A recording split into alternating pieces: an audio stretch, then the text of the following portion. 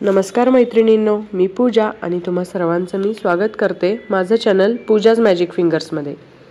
थंडीचे दिवस सुरू झालेत आणि बाजारात मस्त अशा हिरव्या बेडगी मिरच्या मिळायला सुरू झालेल्या आहेत। तर आज आपण बनवणार आहोत त्याच बेडगी मिरच्यांचं लोणचं। चला तर मग व्हिडिओला सुरुवात करूया।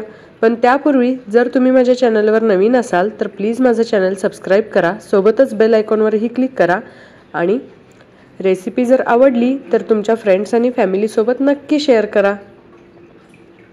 सुरुवातीला या लोणच्यासाठी मी इथे 1 किलो हिरव्या बेडगी मिरच्या घेतलेल्या आहेत। तुमच्या घरी जर तिखट खात असतील तर तुम्ही तिखट मिरच्याही घेऊ शकता आणि प्रत्येक मिरचीला असा मधून छेद देऊन त्याचे 2 तुकडे मी केलेले आहेत। मध्ये छेद दिल्यामुळे यामध्ये आतपर्यंत मसाला जातो आणि मिरची छान मुरते।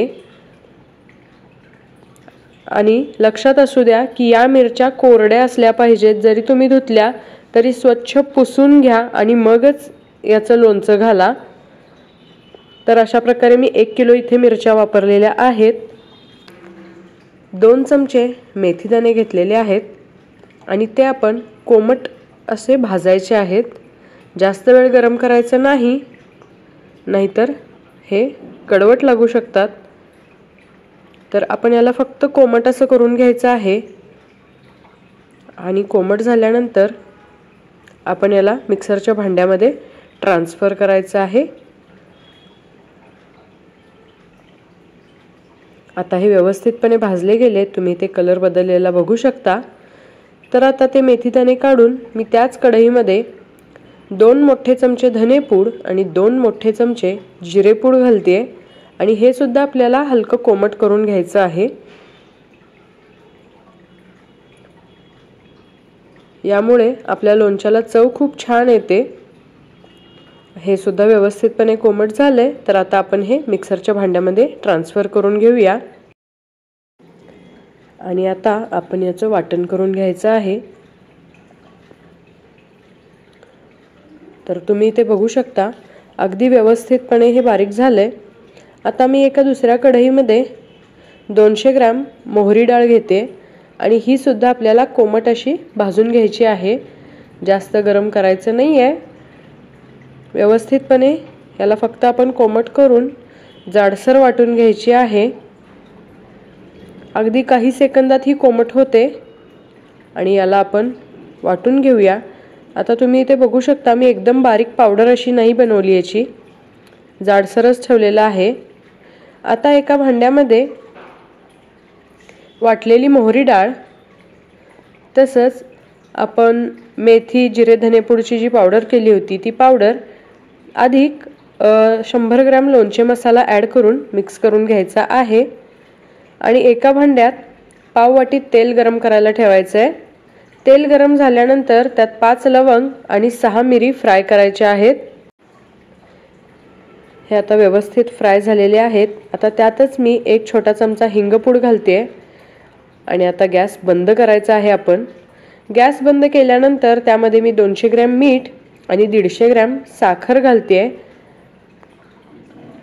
आणि याचमध्ये आपण 1 चमचा हळद घालून हे व्यवस्थितपणे मिक्स करून घ्यायचं आहे।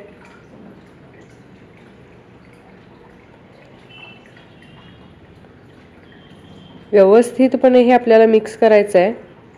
तुम्ही नक्की एकदा ही पद्धत फॉलो करून बघा, लोणचं खरोखर खूप चविष्ट होतं। आता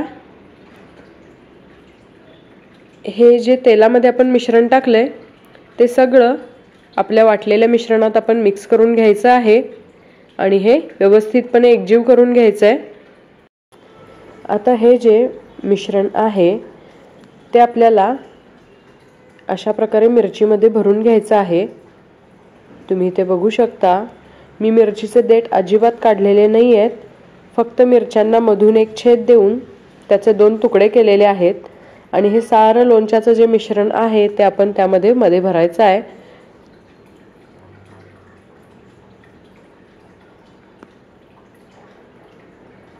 तर तुम्ही इथे बघू शकता मिरच्या आता भरून तयार आहेत।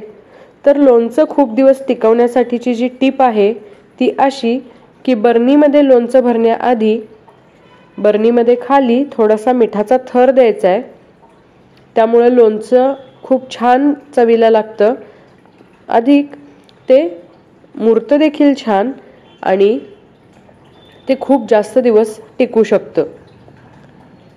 आता या सगळ्या भरलेल्या मिरच्या मी या काचेच्या बरणीमध्ये भरते आणि याला आपण साधारण 2 दिवस मुरण्यासाठी ठेवायचं आहे। तुम्ही इथे बघू शकता, इथे मी व्यवस्थितपणे हे मिरचीचं लोणचं बरणीमध्ये भरून मुरण्यासाठी 2-1 दिवस ठेवून देणार आहे। 2 दिवसानंतर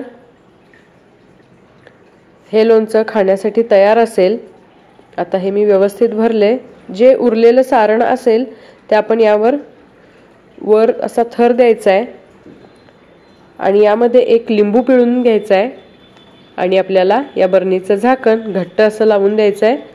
2 दिवसानंतर हे लोणचं खाण्यासाठी तयार असेल।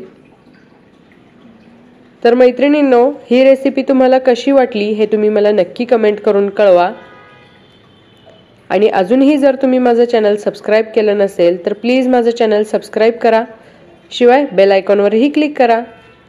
पुन्हा भेटू नवीन व्हिडिओमध्ये।